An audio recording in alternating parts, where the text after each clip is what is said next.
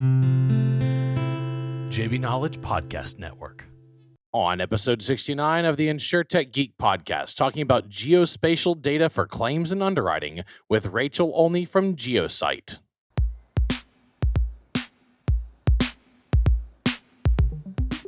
The Insurtech Geek Podcast, powered by JB Knowledge, is all about technology that's transforming and disrupting the insurance world. We'll be interviewing guests and doing deep dives into specific tech we see changing the industry.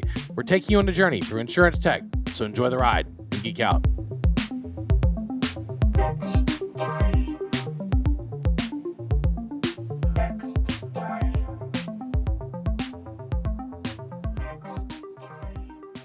And always good coming in, November. Jeez, 21's almost over with. If you're still struggling with creating a budget and setting an annual plan for 21, probably time to just concede that's not going to happen and start working on 22.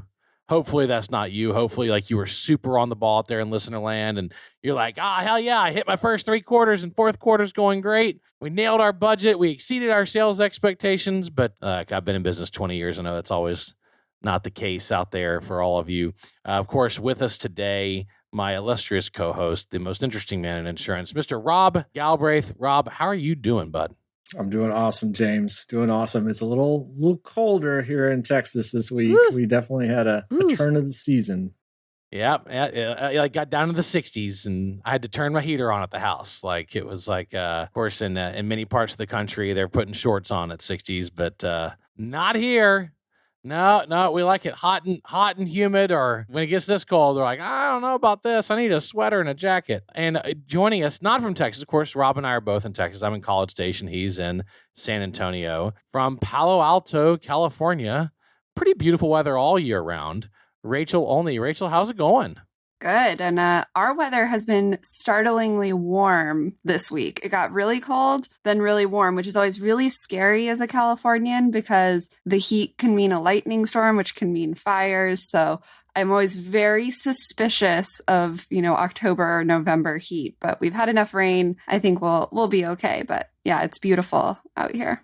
Yeah, absolutely. Of course, pretty much every time I've been out there, it's pretty. So you guys have the lockdown on weather. Yeah. I mean, you got the lockdown on weather. You got that going on, and of course, all kinds of interesting news this week out there. We're going to talk about at the end, just in general tech news. Man, it's been a fast moving week, but we're here to talk about Insurtech. Now, Rachel and Geosite work for more than just insurance, but we're gonna limit this conversation to claims and underwriting, and really geek out on geospatial data, which I am super fired up about. Before we get started with that, though, I want to remind all of you out there who are watching this live stream video on Twitter or LinkedIn or Facebook or on Vimeo, that you can subscribe to the Insurtech Geek Podcast by texting Geek Out, GEEKOUT, Geek Out, to 66866. Make sure you never miss an episode. So let's just jump in. And Rachel, before we talk about Geosite, we're going to talk about you for a second. Tell me, where were you born and raised, and what'd you dream of doing when you were a kiddo? Oh, man. Not running a software company. That's for sure. I had a winding path to end up where I am. I grew up on a farm in southern New Mexico, just north of the U.S.-Mexico border. And my dad was a contractor. My mom was a, electrical engineer working on rockets and missiles and things. And, look, I was lucky enough to get into some pretty good schools. Ended up at Stanford, still not quite sure what I was going to do because my sights had been set on being an astronaut. And after spending a week with one in high school, I decided it was actually not the job for me. They spend, a couple hours a day exercising, a couple hours a day learning Russian, and a couple hours a day training to do the same things over and over in the space station. And I decided that would not cut it. And so got to school having no idea what I was going to end up doing. Went into Aeroastro for a little bit, then ended up in mechanical engineering, which is actually where I ended up getting all 3 of my degrees, bachelor's, master's, and then the PhD work that I'm doing is still in mechanical engineering. And so my specialty is there. And so when I think about, other industries like insurance or oil and gas or working with the military, a lot of what underpins the way I think is process design that comes from thinking through manufacturing. So just an obsession with efficiency is a good way of thinking about how that knowledge transported over. Now, New Mexico, interesting place. Yeah. Interesting place. I have been there quite a few times. I'm a pilot, so I like to stop in New Mexico for gas sometimes. My favorite place to stop, probably not going to be able to guess this one, Deming, New Mexico. You ever been to Deming? I have, and I've landed at that airport. I also I fly planes, and it's a good airport. Do you know Tony? You know Tony at Deming? Did you meet the guy that runs the airport? No. Okay. No. So when you get out, all right, for all of you, any listeners who are pilots out there, when you get out of the plane at Deming, the FBO manager walks up to you guys, Tony, and you say, "Hey, how you doing?" 100% of the time. And my dad has been stopping there for years. My dad's a pilot, my mom's a pilot. He goes, living the dream, because if you go to Deming, it's like this really long runway in the middle of nowhere. Yeah. Okay. And there's nothing going on. Last time I was there was a year, exactly 11 months ago. And I got out. Said, Tony, how's it going? Living the dream. I said, Tony, I need a crew car. Okay, you got it. It's the van over there. So where are the keys? You don't need a key, buddy. And you don't, because you get in and you just turn the crank. There's no key required. My daughter was with me, a 14-year-old, and we drove from the Deming airport down to downtown Deming in air quotes. And we go to this little I think it's called the Good Time Cafe. Had the best Mexican tortas I have ever had in my entire life. And then we get back in the plane. So, all right, so you fly. Awesome. Well, I was gonna add for the pilots out there, there's also a VOR right near Deming Airport. So it's like yes. a great way. It's like basically one of your waypoints anyway. Yeah. So you might as well stop and have lunch, right? Like Delta Mike November. I mean, I actually had I had to use it one time when the federal government was GPS jamming. They were doing a bunch of GPS jamming operations in South Texas, and I got towards El Paso, headed towards Deming, and my entire screen went red and said no GPS, autopilot disengaged. And I was like, oh, I guess we're navigating off VORs today. So I dialed in the Deming VOR, put it on nav, and it was like, okay, we're going back to what I learned back in my PPL. So you have your pilot certificate? And yeah, I do. Instrument rating? No. Okay, so we got no, because if you're learning to fly and you're really only flying in southern New Mexico, you don't really need it. There's never instrument conditions. It's always extreme clear. And let me tell you something. Yeah. In the Brazos Valley, it's foggy. Half the time I took off in 0-0 on Tuesday. I mean, I could see like 200 feet down the runway, but it was enough for me to check the center line. And then I was through it in 3 seconds, because it was just a low-lying fog. But of course. Ooh, okay. All right, Rob, I'm not going to make the whole show about flying. I promise. I promise. I think it's the first time we've had a pilot on the show, so you guys can geek out. with me, so we can nerd. I don't know. There's lots of like secret pilots. Like if you start asking people, you'll uncover them. Yeah, it's a cool skill to have. It's a lot of fun to fly. And it's a good thing to know how to do. So, what led to the founding of Geosite? What's the superhero origin story? The superhero origin story involves a bunch of people who are a lot cooler than I am. So, I had been studying the space industry. And I understood kind of here's what's happening with satellites. Here's what is happening with drones. Here's what's happening in IoT because of my focus on industrial kind of manufacturing and things like that. But what actually kicked off Geosite was I was working with our nation's most elite special operations team. And they were looking at, hey, what are new technologies that we can use to help increase the probability of mission success. So these are the kinds of guys who you see on movies who are rescuing hostages or who are, going in and handling bad situations. And we were doing a root cause analysis on any missions that hadn't gone extraordinarily well.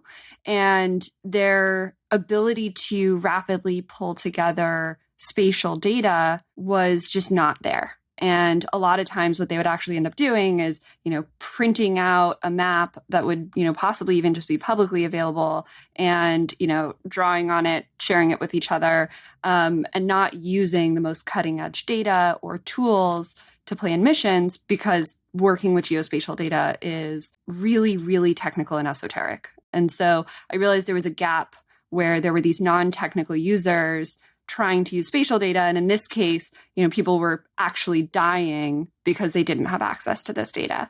And so I got back, after I was with this team for a while, helping them with stuff, got back to Stanford, and it was just keeping me up at night. I'm like, this is the silliest problem. Like, of course, it's a hard problem, but it's a solvable problem. And so I became determined to solve it and look out at what other industries are struggling to incorporate spatial data.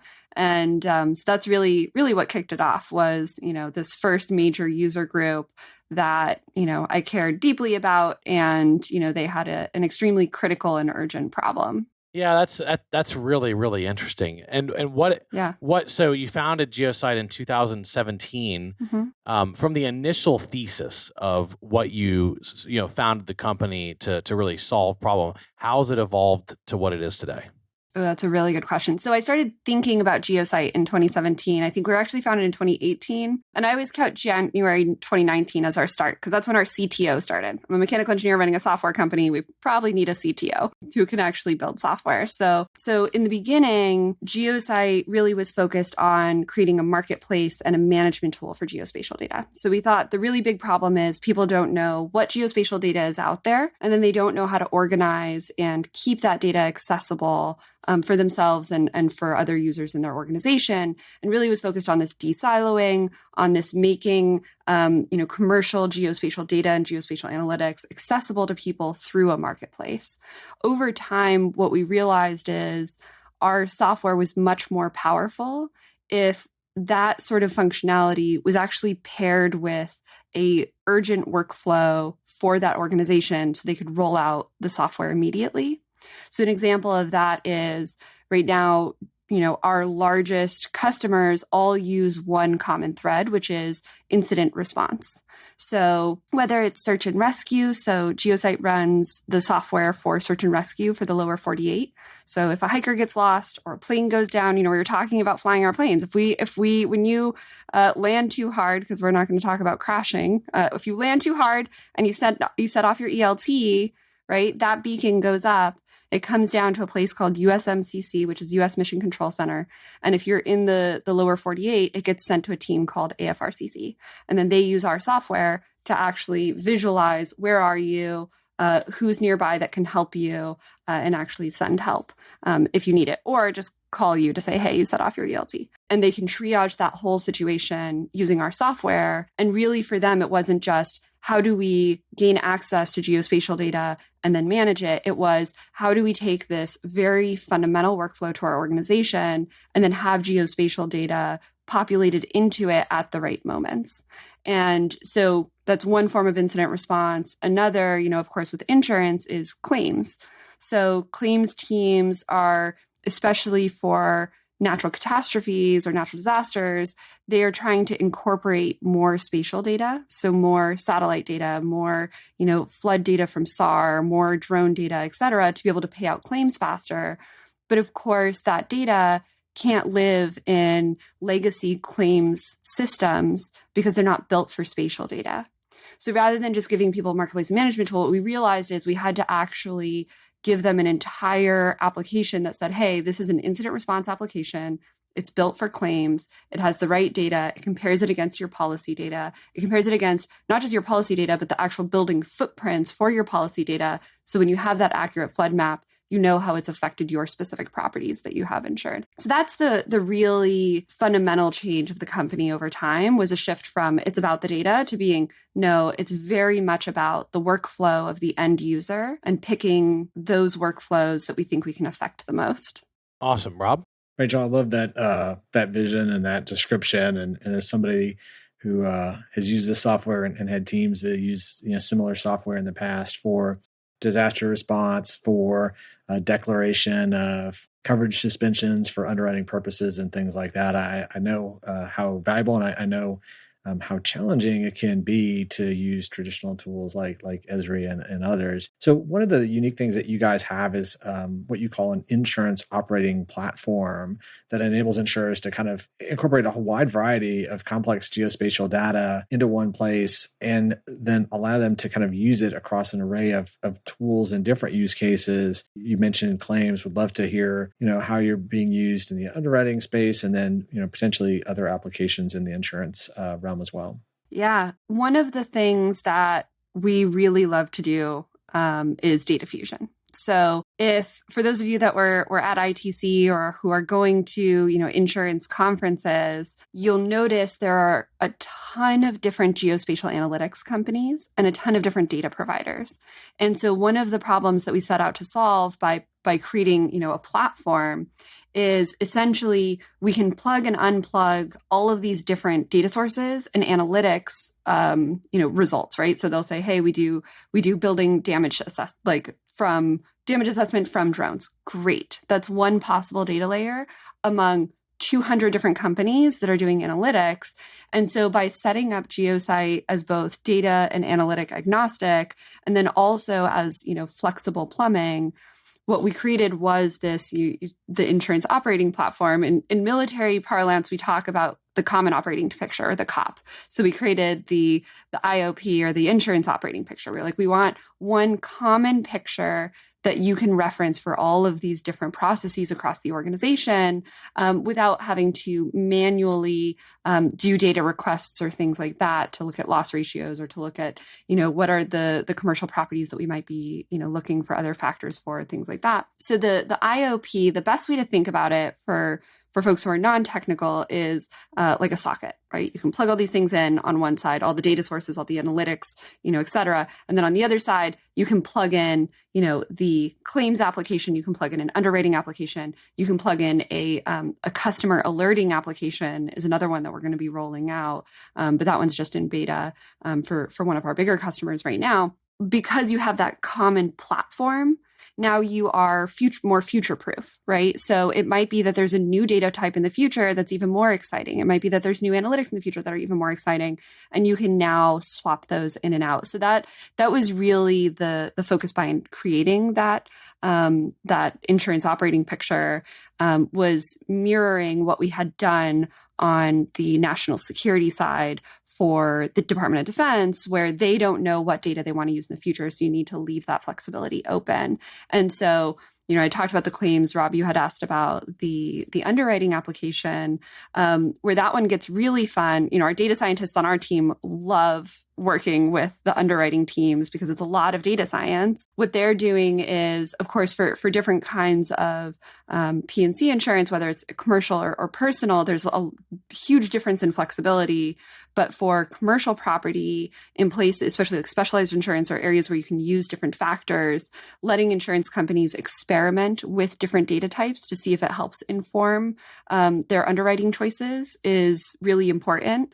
But also a really exciting project that we're doing with one of the world's largest P&C insurers is they are taking, we're helping associate all of their actual customer data to physical places on the earth. So not just lat longs through addresses, but actual building footprints.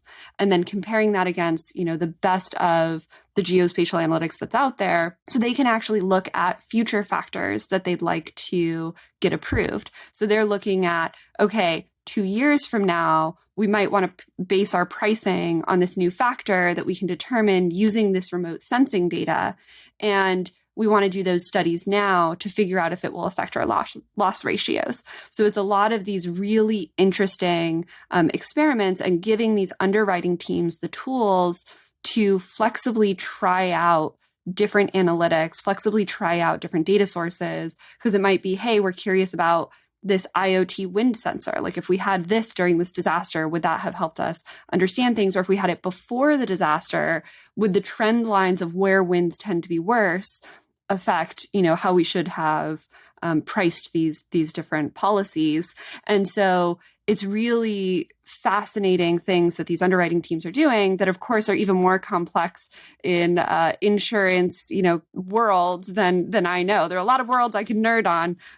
Underwriting is still one of the ones I'm learning, and so it's fun just putting the power of those tools in their hands and then watching. They're like, oh, we're going to use all of these different layers in this way. So that's been fun. But of course, those can rely on similar data to the claims team, which is dealing with claims after a disaster or things like that, or creating an application that can alert your customers, hey, there's going to be a hailstorm in your area. It might be worth pulling your car into a garage or something. So those sorts of systems can all talk to each other. Awesome. So walk me through maybe a rudimentary, like what's the underpinning tech behind this? Like where's your source data coming from? Ooh, yeah. So for that, I'll back up a touch and just kind of give like a geospatial 101 because, and I've asked even Rob to come and he's given me an insurance 101 before. I got to ask him all of my silly insurance questions. So I'll return the favor and do the geospatial 101. So when I talk about geospatial data, really I'm talking about any data that has location as part of its metadata. And so it's not just satellite imagery, it's not just drone imagery. Actually a tweet could be geospatial data, right? Those have location tags to them. I always try to coach people to separate in their minds platforms and sensors.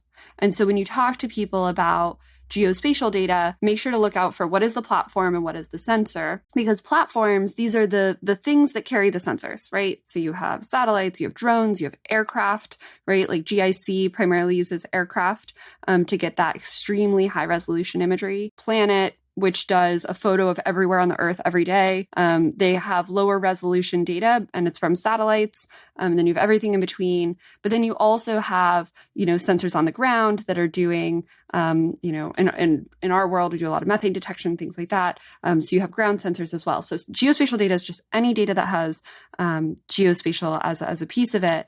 Then there's kind of a secondary area of geospatial data, which is geospatial analytics. So as there was this massive rise in satellite data, drone data, aerial data, et cetera, there was a huge opportunity and really the inflection point happened around 2016 in geospatial analytics. So processing was inexpensive enough that people could train machine vision models on satellite imagery and on aerial imagery at scale. So training these models at scale is extremely expensive, and the prices had come down enough, both in terms of the data and compute, for people to start to deploy geospatial analytics. So that took off, and this is things like Cape Analytics or Crowd AI or Ursa or ICEYE, which they both have data sources, right? They own a platform with a sensor, but they also do analytics. And so you have companies, some that produce data that have gone into analytics. You have some that just do analytics based on other people's data. And so for us, when I started Geosite, part of the problem that we wanted to solve for folks was that when you buy an analytic product and you buy maybe some satellite imagery or drone imagery, and you have maybe a database, a CSV file of lat long, policy number, right? Those are three different sets of geospatial data. And the only way before Geosite to combine those things was in a engineering piece of software. So whether it was ArcGIS, which is made by Esri, which is, the world's biggest geospatial software company, or QGIS, which is the open source version of that, or some other geospatial software, you really had to be a geospatial engineer to combine those data sets. So our goal when we launched Geosite was we want folks to not have to learn how to use these highly, highly, highly technical geospatial tools in order to actually interact with this powerful data. And so as a way of making sure that we could always provide our customers with the best data and the best analytics, we decided we couldn't have a dog in the fight, right? So we decided we won't create our own data. Geosite will never launch satellites. We will, not operate drones or aircraft or things like that. We don't want to produce our own data. We really don't want to do analytics. There have been a few times where we have had to do analytics. There are a few markets that the geospatial analytics companies haven't focused on. So we've had customers that, we go out and we search for an analytics provider for them. And what we get back is, hey, we're not operating in that region yet. We haven't trained models for that client, that terrain, or, whatever. So in those cases, we'll step in and help build a model for that customer. But we really try to stay out of it. And we actually really hate doing analytics. So even though we have a brilliant data science team who they love to do it, of course, because it's tons of fun. But so where our data comes from is from all of the best sources in the world. So we work with all of the satellite companies. We work with all of the drone companies. We work with GIC. We work with, a bunch of others. We work with all of the analytics companies that are producing things. And a lot of times we are acting on a customer's behalf. So we work with one of the world's largest P&C insurers, and we understand the problem sets that they want to tackle. And then we can help them actually assess these different vendors for the best data and the best analytics, and then make sure that gets plugged into the insurance operating platform, right? The IOP for them, so that they can use it in whatever applications they need to.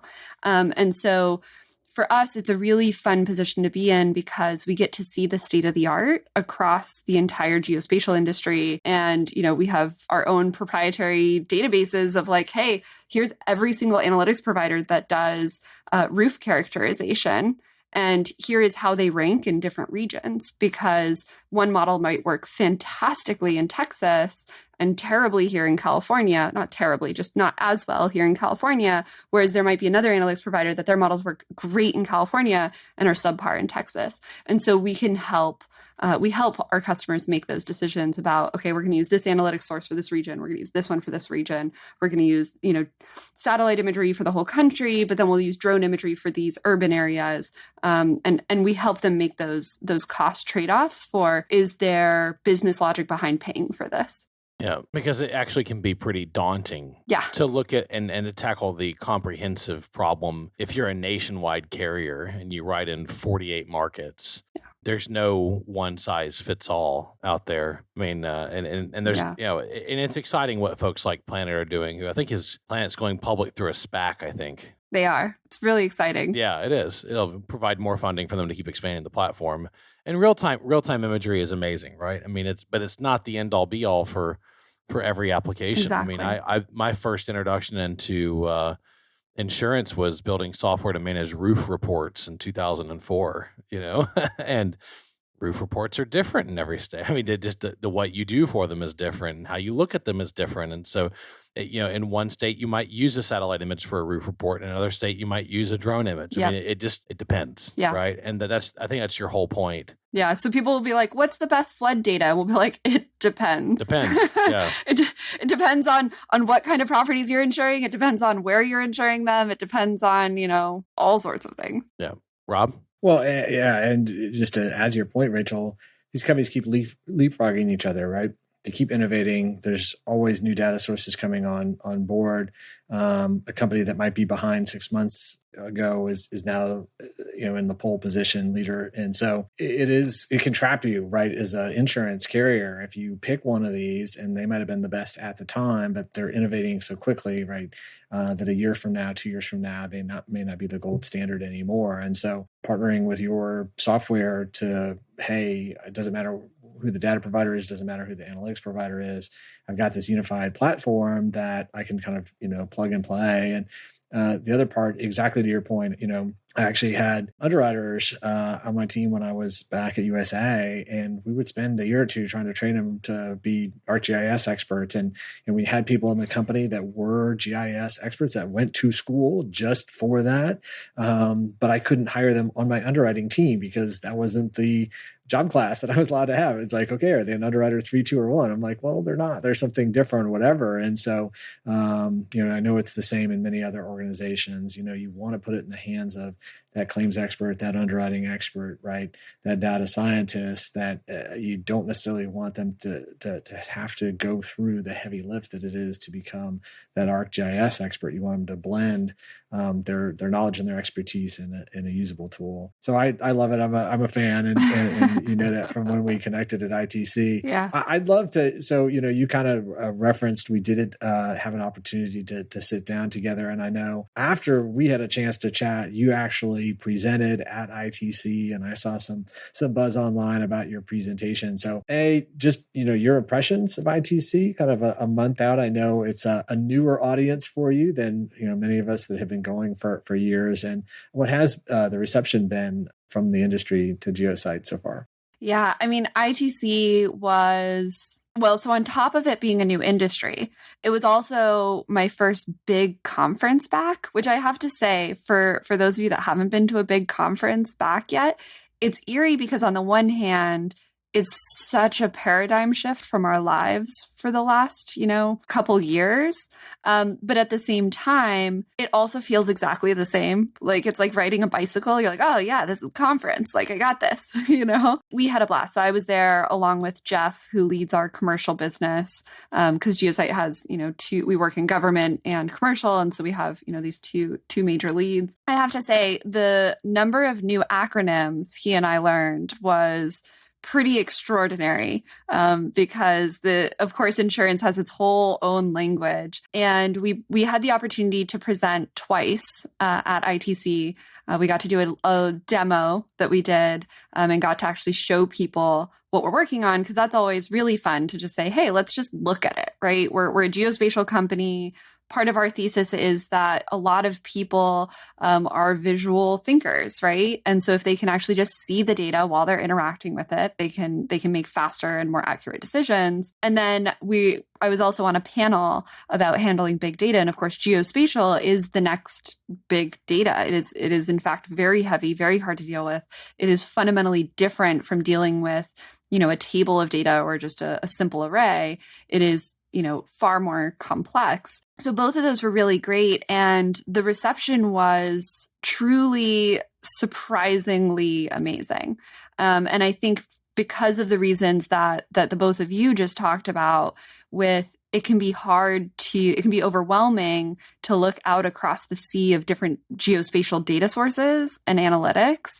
And so when we would talk to carriers at the conference, we'd basically be like, so how's it going? And they'd be like, oh my gosh, there's all of this new data, whatever. Like, they were living through the pain point that we want to solve at the conference itself. So it was like this microcosm of the bigger problem inside of a conference hall.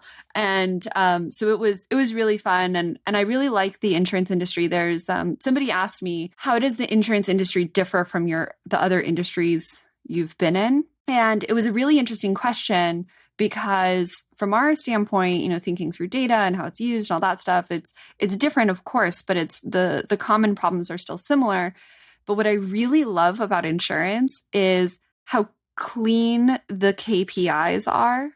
Like, you're able to actually just look at the numbers and say, how fast were we able to resolve claims? Or, what were our loss ratios? Or what are, our future factors that we're considering? And how will those affect, our future, our loss ratios? And all of these numbers are just things that we can go, oh, okay, cool. Let's do the math, right? And as an engineer, that's a very clean way of looking at problems versus, the other worlds that we live in, like national security. There's not always a really clear what, was this a win or was this a loss? It's very messy, right? And so I have to say that it's been really fun working in insurance, because it is very, I would say, like, crisp in terms of like, this is the thing we want to do. And we're like, great, that is feasible, right? But we do actually have to crush some people's dreams when they're like, this is what we want to do. And we're like, you don't want to do that. It will cost more than just paying out all those claims, because they'll say, we want to know, every roof shingle in all of this country. And I'm like, that's very, very expensive. Let's maybe pick, the areas where you have the largest, properties that you're insuring or things like that, rather than trying to roll it out for an entire country. So it's been good. It's always fun. James and I were talking a little bit about teaching before we came online. There's a lot of teaching involved, because to your point about ArcGIS or these geospatial tools being so hard to use, because it is such an esoteric field, people also don't have a good feel for feasibility. So you spend a lot of time saying, okay, here's how this works, here's how that works, and I really enjoy that. So ITC was a blast. The reception to our software afterwards has been really exciting as well. Very cool. Well, let's just wrap up the conversation by talking about what's next. So you work in a few different industry verticals. You're getting more than just your toes wet in insurance. You're really deep diving on claims and underwriting and stitching together different data sources, and you're stitching together analytics. So you're putting this into a package that actually makes it usable, right? Like that's the difference is you're making all this, Yep. really exabytes of data. It's not terabytes of data, it's exabytes of data. You're making it useful. What's long game here? So for us, we want to sit across industries, right? So we want to, we work in defense, we work in energy, we work in insurance right now. Next year, we'll start launching into utilities, which have a lot of similarities in problems with the energy industry, but also with insurance in terms of insurance is very involved in utilities and figuring out risk and how things are maintained. So they all kind of interweave at some point. But for us, the long term is, we've built this platform that has these common threads of problems, whether it's data fusion or communication. So being able to use a map almost like Google Docs, right? That kind of functionality, or, incident handling, all of these different things. That way, then when people are like, hey, I have this problem and I want to use geospatial data, there's just a tool there for them. And they don't need to, as Rob had to, try to create a billet for a geospatial engineer to come in and solve the problem. So that's the long term. And, we've only really been at it for about 3 years. And we've been growing really fast. And so it's been very, very exciting. And I think the next couple years will be even more exciting because we, with the new stuff we're doing in insurance and the reception there and the major rollouts that we have coming in insurance, in addition to the major rollouts we have in energy, of course, on top of all of the stuff that we already do in defense, we definitely feel like we're hitting a crazy inflection point over the last few months. Is the end outcome a better loss ratio, better pricing? Like, what's the for insurance? Yeah, like what's the end? Yeah. If they work with this technology, what's the end outcome? Is they're gonna make better underwriting decisions, and they're going to reduce their cost of claims, or what's the end outcome for them? That's a really good question. So earlier we were talking about the insurance operating platform, right? So the IOP, which you can plug different applications into, right? So the what is the result from each of those is different, right? So for the claims application, you're able to handle more claims faster and more accurately, especially post-disaster. So you're able to say, here is the flood extent based on remote sensing data. It's automatically associated against properties. Those are, automatically grouped and triaged for the claims team to handle. They can, pull out metadata about, hey, what was, the total extent of this disaster as they are actually responding to that disaster, right? It can pull out that metadata and start to say, okay, here's the big picture that we're seeing before the full analysis is done. So that's for claims. It's about, speed of handling those claims and ability to handle them accurately and really understand them. On the underwriting side, it's about being able to do data-driven pricing in the future, right? So it's how can we look at using all of these analytics and all of these remote sensing sources to actually price better in the future, which of course is to help improve loss ratios. And that's on the personal property side. On the commercial property side, it's, hey, how can we get a better view of these things without having to send somebody out to every commercial property that we plan to insure? So it's, again, a manpower and an accuracy type KPI. Awesome. Well, Rob, any final questions or comments before we move to the news? Yeah, Rachel, no, I think your timing is perfect, right? Because some of those challenges you just articulated, I know, have been top of mind during the pandemic, right? As people haven't been able to do physical inspections and things like that. So I know this week we had the big climate conference in Glasgow, Scotland was occurring. There was a lot of announcements coming out of that. And by the time this episode drops, I know that you have a big announcement as well, Rachel. So I thought you might want to share that with our listeners real quick. Yeah. So in our other major industries, so it's funny. My team's like, Rachel, do we have to work on all of the most disaster things? Because it's like, claims for natural catastrophes. We're dealing with, war zones. We're dealing with the climate. And so we've always had a focus on how do we help with greenhouse gas emissions, and most specifically methane within the energy industry. And we've been working on helping solve that problem for a very long time. And AWS, which almost everything lives on AWS, right? They are the platform, and a lot of geospatial data lives in AWS. AWS Energy will be announcing right around the same time that this podcast drops our partnership with them to be the platform for greenhouse gas data for the energy industry. So you can imagine, these wells that are out in the middle of nowhere and, near you guys in Texas, and pipelines and things like that are places where you can't always send people to check on things. And so using remote sensing data to monitor for methane, both from space, drones, aircraft, and ground sensors, right? It's all four of those that have to come together to give a clear picture of where methane emissions are happening, and then respond to those. So back to that incident response, create a ticket, send someone out there and get it resolved. AWS is announcing that Geosite will be the platform for greenhouse gases for AWS Energy, which is a huge announcement for us, and very exciting. And, Awesome. We're hoping we can help put a dent in, accidental leaks and things like that. That's great. Congratulations. Thank you. On that note, and since I am a meme hound, and speaking about this environmental conference, that's a picture of all the jets that were flown to the environmental conference. and I loved, very funny. I love this. Of all the meetings, this is the meme. Of all the meetings that could have been Zoom meetings, you'd think a climate conference would be first on the list. And of course, everybody flew their private jets there. Now, as a pilot, you can imagine how I feel about people hating on planes. Not great, but oh, the irony. Oh, the irony. Yeah.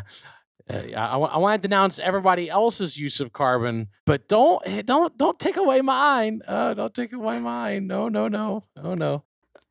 We do have some news this week, and of course, climate conference was one of them. But actually, the one that I was really interested in came up on my feed today, and it was just an article and discussion in Business Insider on how 109-year-old insurance giants Limu Emu Liberty Mutual plans to cut its IT spend by 49%. That's a pretty big IT spend cut, by cutting down to one data center. That's right, only one internal data center, and then using Amazon, Microsoft, and Google Clouds. So they believe they can reduce their IT spend by almost half. Now, I'll give my thoughts, and Rob, I'd love to hear yours on this. Just moving to the cloud actually doesn't reduce costs unless you re-engineer your platforms. And I can say this with confidence after 20 years at JB Knowledge of building applications for insurance, and hosting it on our own data centers, and then migrating a bunch of them into cloud computing.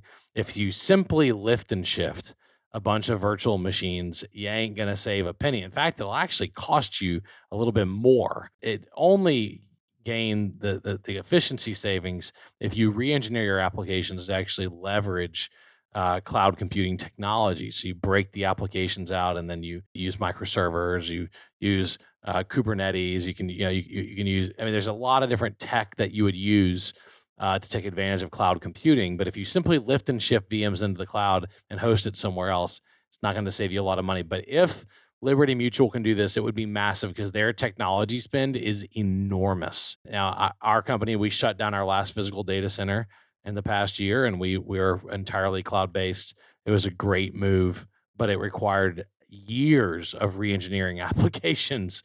So Rob, what do you think about this?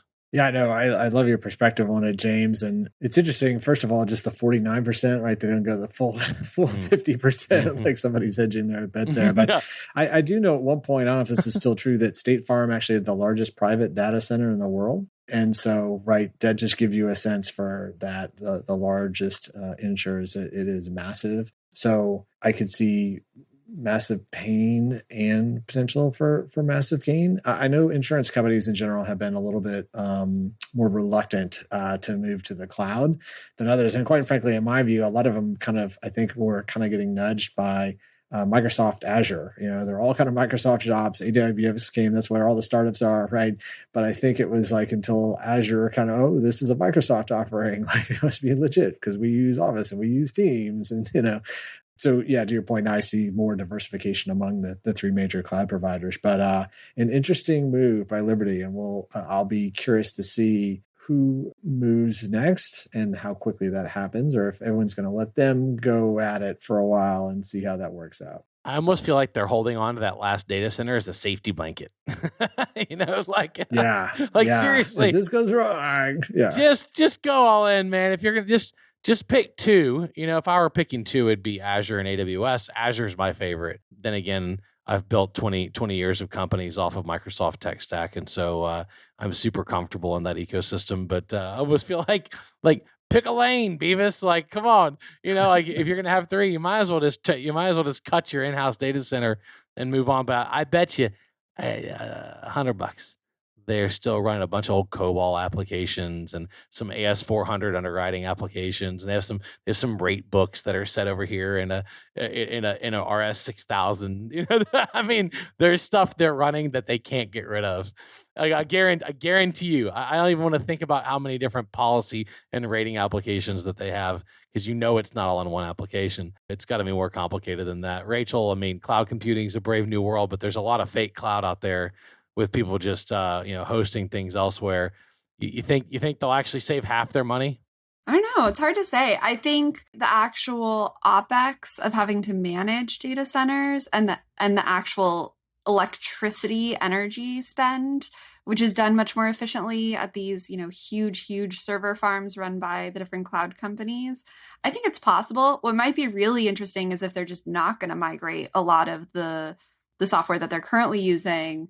And of course, for me, I'm like, oh, this is great, because the way we've been rolling out is in parallel with, we're in AWS, even on the insurance side. So we just sit in parallel and like VPN, APIs to talk to their old systems. So that migration might happen and they might move to new cloud native software solutions.